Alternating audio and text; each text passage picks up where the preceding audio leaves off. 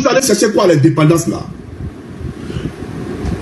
L'aéroport international Félix Houphouët-Boigny d'Abidjan, Aéria, c'est pour une multinationale française. Ça ne vous appartient pas.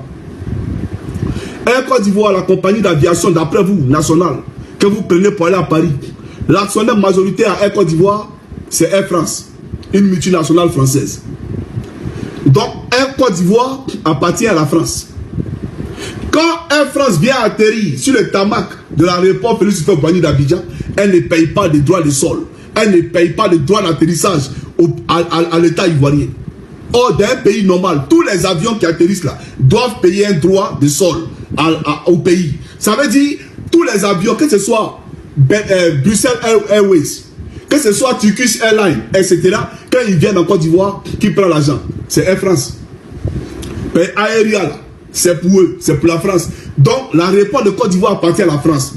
Ça, c'est-à-dire aux frontières de la Côte d'Ivoire, ce qui nous symbolise d'abord à l'entrée de notre pays, ça ne nous appartient pas.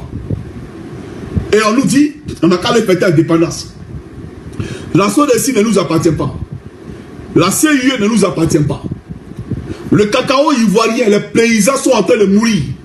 Et ce n'est pas le soleil qui les tue. C'est la pauvreté que Ouattara leur inflige qui les tue. Et le fils de Dominique Ouattara, avec sa société à Majaro, a caporalisé tout le secteur du café cacao. C'est à lui que la licence a été donnée de commercialiser le cacao ivoirien à l'international. C'est-à-dire le paysan qui fait son cacao là, lui il ne décide pas du prix. C'est le fils de Dominique Novia qui ne s'est pas lancé machette là. C'est lui qui décide du prix.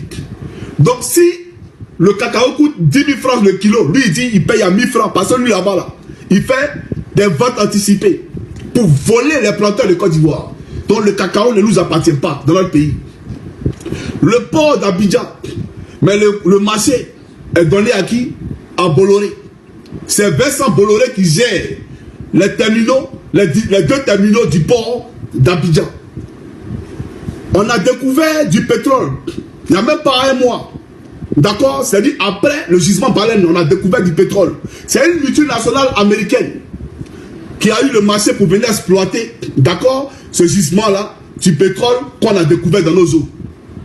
Alors que paradoxalement, Donald Trump a refusé que les Ivoiriens aient même des visas pour aller supporter les simples équipes nationales à un mondial qui était censé rassembler tout le monde pour manifester la joie.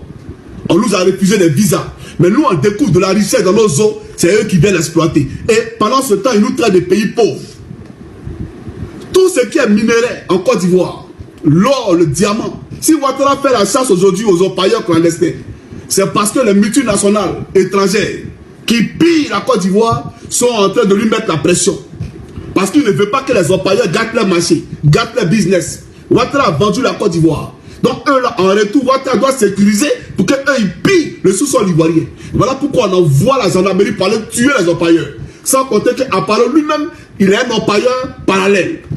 Voilà la Côte d'Ivoire dans laquelle on vit.